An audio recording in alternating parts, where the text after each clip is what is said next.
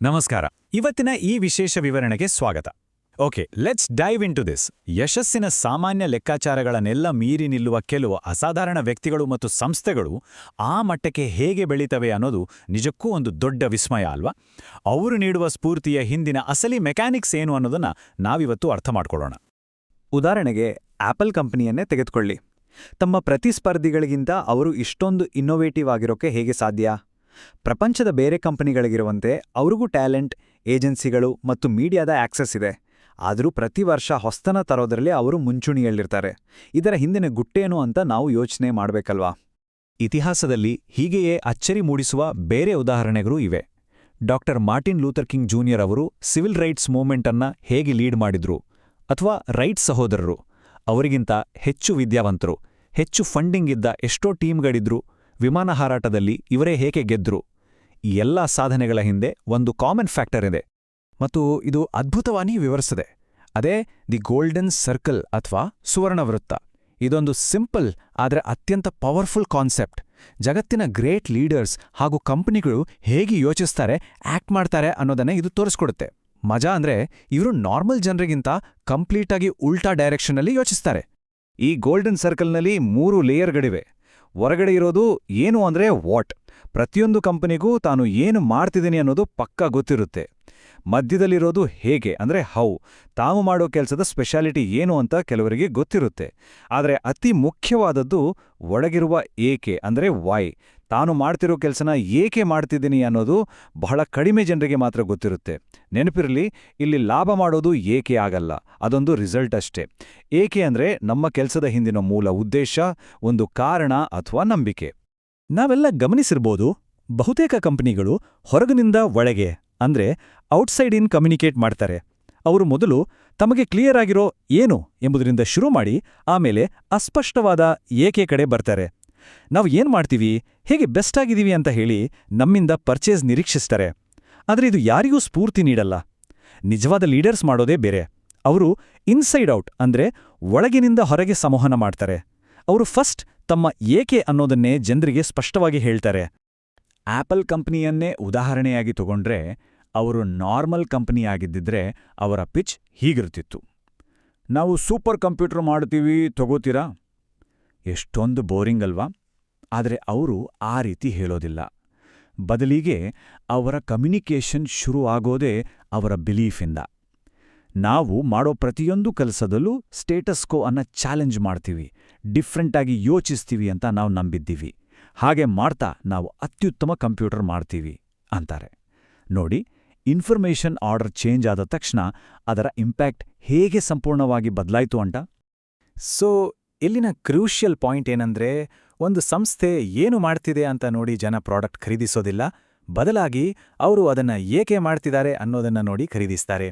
ಬರೀ ವಸ್ತುಗಳನ್ನ ಮಾರೋದಲ್ಲ, ನಮ್ಮದೇ ಥರ ಯೋಚಿಸೋ, ನಮ್ಮದೇ ನಂಬಿಕೆ ಇರೋ ಜನರ ಜೊತೆ ಕನೆಕ್ಟ್ ಆಗೋದೇ ಅಸ್ಲಿ ಗುರಿ. ಇದೇನು ಬರೀ ಸೈಕಾಲಜಿ ಅಲ್ಲ, ಇದು ಡೈರೆಕ್ಟಾಗಿ ನಮ್ಮ ಬಯಾಲಜಿಗೆ, ನಮ್ಮ ಮೆದುಳಿಗೆ ಸಂಬಂಧಪಟ್ಟಿದ್ದು. ನಮ್ಮ ಮೆದುಳಿನ ಹೊಸ ಭಾಗವಾದ ನಿಯೋಕಾರ್ಟೆಕ್ಸ್ ಭಾಷೆ ಮತ್ತು ಲಾಜಿಕ್ ಅನ್ನ ಕಂಟ್ರೋಲ್ ಮಾಡುತ್ತೆ. ಇದು ಗೋಲ್ಡನ್ ಸರ್ಕಲ್ನ ಏನೋ ವಾಟ್ ಭಾಗಕ್ಕೆ ಮ್ಯಾಚ್ ಆಗುತ್ತೆ. ಆದರೆ ಮೆದುಳಿನ ಮಧ್ಯದಲ್ಲಿರುವ ಲಿಂಬಿಕ್ ಬ್ರೈನ್ ನಮ್ಮ ಫೀಲಿಂಗ್ಸ್, ಬಿಹೇವಿಯರ್ ಮತ್ತು ಡಿಸಿಷನ್ಗಳನ್ನು ಕಂಟ್ರೋಲ್ ಮಾಡುತ್ತೆ. ಇದು ಹೇಗೆ ಮತ್ತು ಏಕೆಗೆ ಮ್ಯಾಚ್ ಆಗುತ್ತೆ. ಅದಕ್ಕೆ ಕೇವಲ ಫೀಚರ್ಸ್ ಮತ್ತು ನಂಬರ್ಸ್ ಹೇಳಿದ್ರೆ ಜನರನ್ನ ಮೋಟಿವೇಟ್ ಮಾಡೋಕ್ಕಾಗಲ್ಲ. ಎಲ್ಲ ಸರಿ ಇದೆ, ಆದರೆ ಯಾಕೋ ಈ ನಿರ್ಧಾರ ಸರಿ ಅನಿಸ್ತಿಲ್ಲ ಅಂತ ನಾವೆಷ್ಟೋ ಬಾರಿ ಹೇಳ್ತೀವಿ ಅಲ್ವಾ? ಯಾಕೆ ಗೊತ್ತಾ? ನಮ್ಮ ಡಿಸಿಷನ್ ತಗೊಳ್ಳೋ ಲಿಂಬಿಕ್ ಬ್ರೈನ್ಗೆ ಭಾಷೆಯ ಸಾಮರ್ಥ್ಯವೇ ಇಲ್ಲ. ಹಾಗಾಗಿ ನಮ್ಮ ಗಟ್ ಫೀಲಿಂಗನ್ನು ಪದಗಳಲ್ಲಿ ಹೇಳೋಕ್ಕೆ ಕಷ್ಟ ಆಗತ್ತೆ. ನಾವೆಲ್ಲ ನಾನು ಹೃದಯದಿಂದ ನಿರ್ಧಾರ ತಗೊಂಡೆ ಅಂತೀವಲ್ಲ, ಆದರೆ ಹಿಂದಿರೋ ಸೈನ್ಸ್ ಇದೇ ಲಿಂಬಿಕ್ ಬ್ರೈನ್. ಈಗ ಹಿಸ್ಟ್ರಿಯಿಂದ ಒಂದು ಇಂಟ್ರೆಸ್ಟಿಂಗ್ ಸ್ಟೋರಿ ನೋಡೋಣ. ಸ್ಯಾಮ್ಯುಯಲ್ ಪಿಯರ್ಪಾಂಟ್ ಲ್ಯಾಂಗ್ಲಿ ಇವ್ರ ಹೆಸರು ಭಾಳ ಜನ ಕೇಳಿರ್ಲಿಕ್ಕಿಲ್ಲ. ಆದರೆ ಯಶಸ್ಸಿಗೆ ಬೇಕಾದ ಪರ್ಫೆಕ್ಟ್ ರೆಸಿಪಿ ಇವ್ರ ಬಳಿ ಇತ್ತು ಅಂತ ಸಮಾಜ ಭಾವಿಸಿತು. ಡಿಪಾರ್ಟ್ಮೆಂಟ್ ಆಫ್ ವಾರಿಂದ $50,000 ಫಂಡ್, ಹಾರ್ವರ್ಡ್ನಂತಹ ದೊಡ್ಡ ದೊಡ್ಡ ಕನೆಕ್ಷನ್ಸ್, ಬೆಸ್ಟ್ ಮೈಂಡ್ಸ್, ನ್ಯೂಯಾರ್ಕ್ ಟೈಮ್ಸ್ನವರ ಫುಲ್ ಸಪೋರ್ಟ್. ಇದು ಸಕ್ಸಸ್ಗೆ ಗ್ಯಾರಂಟಿ ಫಾರ್ಮುಲಾ ಅಂತ ಎಲ್ಲರೂ ಅಂದ್ಕೊಂಡಿದ್ರು. ನಾವು what's really interesting about this slide is, Langley ಕೇವಲ ದುಡ್ಡು ಮತ್ತು ಖ್ಯಾತಿಗಾಗಿ ಕೆಲಸ ಮಾಡ್ತಿದ್ರು, ಅವರ ಟೀಮ್ ಸಂಬಳಕ್ಕಾಗಿ ಕೆಲಸ ಮಾಡ್ತಿತ್ತು.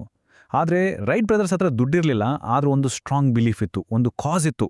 ಅವರ ಟೀಮ್ ರಕ್ತ ಬೆವರು ಸುರಿಸಿ ಕೆಲಸ ಮಾಡ್ತು. ಆಶ್ಚರ್ಯ ಏನಂದ್ರೆ, ಡಿಸೆಂಬರ್ 17, 1903ರಲ್ಲಿ ರೈಟ್ ಬ್ರದರ್ಸ್ ಸೈಲೆಂಟಾಗಿ ವಿಮಾನ ಹಾರಿಸಿದ್ರಲ್ಲ, ಅದೇ ದಿನ ತನ್ನ ಫಸ್ಟ್ ಆಗಲಿಲ್ಲ ಅನ್ನೋ ಒಂದೇ ಕಾರಣಕ್ಕೆ ಲ್ಯಾಂಗ್ಲಿಯಾ ಪ್ರಾಜೆಕ್ಟನ್ನೇ ಕ್ವಿಟ್ ಮಾಡಿದ್ರು.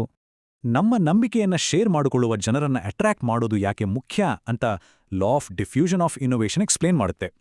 ಮಾರುಕಟ್ಟೆಯಲ್ಲಿ 2.5% ಜನ ಇನ್ನೋವೇಟರ್ಸ್ ಇದ್ರೆ 13.5% ಜನ ಅರ್ಲಿ ಅಡಾಪ್ಟರ್ಸ್ ಇರ್ತಾರೆ. ಇವರು ಪ್ರಪಂಚದ ಬಗ್ಗೆ ತಮ್ಮದೇ ಆದ ಕ್ಲಿಯರ್ ನಂಬಿಕೆ ಇಟ್ಕೊಂಡಿರ್ತಾರೆ ಮತ್ತು ತಮ್ಮ ಗಟ್ ಫೀಲಿಂಗ್ ಮೇಲೆ ಡಿಸಿಷನ್ ತಗೊಳ್ಳಕ್ಕೆ ಸ್ವಲ್ಪವೂ ಹಿಂಜರಿಯಲ್ಲ. ನಾವು ದೊಡ್ಡ ಮಟ್ಟದ ಸಕ್ಸಸ್ ಕಾಣಬೇಕು ಅಂದ್ರೆ ಕೇವಲ ಆರಂಭಿಕ ಯಶಸ್ಸು ಸಾಲ್ದು. ಈ 15% ನಡುವೆ ಬರುವ ಟಿಪ್ಪಿಂಗ್ ಪಾಯಿಂಟನ್ನು ಕ್ರಾಸ್ ಮಾಡಲೇಬೇಕು. ಈ ಗ್ಯಾಪನ್ನು ದಾಟದೆ ನಾವು ಯಾವತ್ತೂ ಮೆಜಾರಿಟಿ ಜನರನ್ನ ರೀಚ್ ಆಗೋಕೆ ಸಾಧ್ಯವೇ ಇಲ್ಲ. ಈ ರೂಲ್ಗೆ ಸಂಬಂಧಪಟ್ಟ ಹಾಗೆ ಒಂದು ಫೇಮಸ್ ಫೇಲಿಯರ್ ಮತ್ತೆ ಒಂದು ಫೇಮಸ್ ಸಕ್ಸಸ್ ಎರಡನ್ನೂ ನೋಡೋಣ. ಟಿವೋ ಕಂಪನಿ ಹತ್ರ ಅದ್ಭುತ ಪ್ರಾಡಕ್ಟ್ ಇತ್ತು, ಆದರೆ ಅವರು ನಾವು ಲೈವ್ ಟಿವಿಯನ್ನ ಪಾಸ್ ಮಾಡ್ತೀವಿ ಅಂತ ಬರೀ ಏನು ಅನ್ನೋದನ್ನೇ ಮಾರ್ಕೆಟ್ ಮಾಡಿದ್ರು. ಇದು ಮೆಜಾರಿಟಿ ಜನರಿಗೆ ಭಯ ಹುಟ್ಟಿಸ್ತು. ಆದರೆ ಡಾಕ್ಟರ್ ಕಿಂಗ್ ಹಾಗೆ ಮಾಡಲಿಲ್ಲ. ಅವರು ನನ್ನದೊಂದು ನಂಬಿಕೆ ಇದೆ, ನ್ಯಾಯಯುತ ಪ್ರಪಂಚದ ಕನಸಿದೆ ಅಂತ ತಮ್ಮ ಏಕೆಯಿಂದ ಇಡೀ ಮೂವ್ಮೆಂಟನ್ನೇ ಇನ್ಸ್ಪೈರ್ ಮಾಡಿದ್ರು.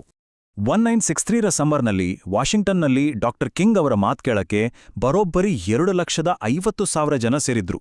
ಜಸ್ಟ್ ಇಮ್ಯಾಜಿನ್ ಮಾಡಿ, ಯಾರಿಗೂ ಯಾವುದೇ ಆಹ್ವಾನ ಕಳಿಸಿರಲಿಲ್ಲ. ಆ ಜನ ಡಾಕ್ಟರ್ ಕಿಂಗ್ ಆಗಿ ಬಂದಿರಲಿಲ್ಲ, ಬದಲಾಗಿ ಅಮೆರಿಕದ ಬಗ್ಗೆ ಅವರಿಗಿದ್ದ ಸ್ವಂತ ನಂಬಿಕೆ ಮತ್ತು ಕನಸುಗಳಿಗಾಗಿ ಅಲ್ಲಿಗೆ ಬಂದಿದ್ರು. ಡಾಕ್ಟರ್ ಕಿಂಗ್ ಅಲ್ಲಿ ಕೊಟ್ಟಿದ್ದು ನನ್ನ ಬಳಿ ಒಂದು ಕನಸಿದೆ ಅನ್ನೋ ಭಾಷಣ ಹೊರತು ನನ್ನ ಬಳಿ ಒಂದು ಪ್ಲಾನ್ ಇದೆ ಅನ್ನೋ ಭಾಷಣ ಅಲ್ಲ. ಇವತ್ತಿನ ಪೊಲಿಟಿಷಿಯನ್ಸ್ 12 ಪಾಯಿಂಟ್ ಸಮಗ್ರ ಪ್ಲಾನ್ ಇಟ್ಕೊಂಡು ಬಂದ್ರೂ ಯಾರಿಗೂ ಇನ್ಸ್ಪೈರ್ ಮಾಡೋಕೆ ಫೇಲ್ ಆಗ್ತಾರೆ ಅನ್ನೋದನ್ನ ನಾವು ನೋಡ್ತೇವೆ. ಆದರೆ ಒಂದು ಸ್ಟ್ರಾಂಗ್ ವಿಷನ್ ಅನ್ನು ಕಮ್ಯುನಿಕೇಟ್ ಮಾಡಿದ್ರೆ ಜನ ತಾವಾಗಿಯೇ ಬೃಹತ್ ಮಟ್ಟದಲ್ಲಿ ಜೊತೆಯಾಗ್ತಾರೆ. Let's move to the next point. ಇದೆಲ್ಲ ಹೇಗೆ ಬಿಲ್ಡ್ ಆಗುತ್ತೆ ಅಂತ ನೋಡೋಣ. ಅಧಿಕಾರ ಅಥವಾ ಪವರ್ ಇದ್ರೆ ಅವರು ಲೀಡರ್ಸ್ ಆಗ್ಬೋದು, ಆದರೆ ಯಾರು ನಮ್ಮನ್ನ ಇನ್ಸ್ಪೈರ್ ಮಾಡ್ತಾರೋ ಅವರು ನಮ್ಮನ್ನ ನಿಜವಾಗಿ ಮುನ್ನಡೆಸ್ತಾರೆ. ನಾವು ಅಂಥ ವ್ಯಕ್ತಿಗಳು ಅಥವಾ ಸಂಸ್ಥೆಗಳನ್ನು ಫಾಲೋ ಮಾಡೋದು ಪ್ರೆಷರಿಂದ ಅಲ್ಲ, ಬದಲಾಗಿ ನಮ್ಮ ಸ್ವಂತ ಇಚ್ಛೆಯಿಂದ. ನಮಗೆ ಅದು ಇಷ್ಟ, ಅದಕ್ಕೆ. ಕೊನೆಯದಾಗಿ ಒಂದು ಪ್ರೊವೋಕೇಟಿವ್ ಪ್ರಶ್ನೆಯೊಂದಿಗೆ ನಾವು ಇದನ್ನ ಎಂಡ್ ಮಾಡೋಣ. ಒಬ್ಬ ಲೀಡರನ್ನ ಫಾಲೋ ಮಾಡೋ ಜನ ಆ ಲೀಡರ್ಗೋಸ್ಕರ ಹಾಗೆ ಮಾಡ್ತಿದ್ದಾರಾ ಅಥವಾ ತಮ್ಮ ಸ್ವಂತ ನಂಬಿಕೆಗೋಸ್ಕರ ಹಾಗೆ ಮಾಡ್ತಿದ್ದಾರಾ? ಇದನ್ನ ಒಂದ್ಸಲ ಆಳವಾಗಿ ಯೋಚಿಸಿ. ಸ್ಫೂರ್ತಿ ಮತ್ತು ಹ್ಯೂಮನ್ ಮೋಟಿವೇಶನ್ನ ಅಸಲಿ ಮೆಕ್ಯಾನಿಕ್ಸ್ ಇರೋದೇ ಇಲ್ಲಿ.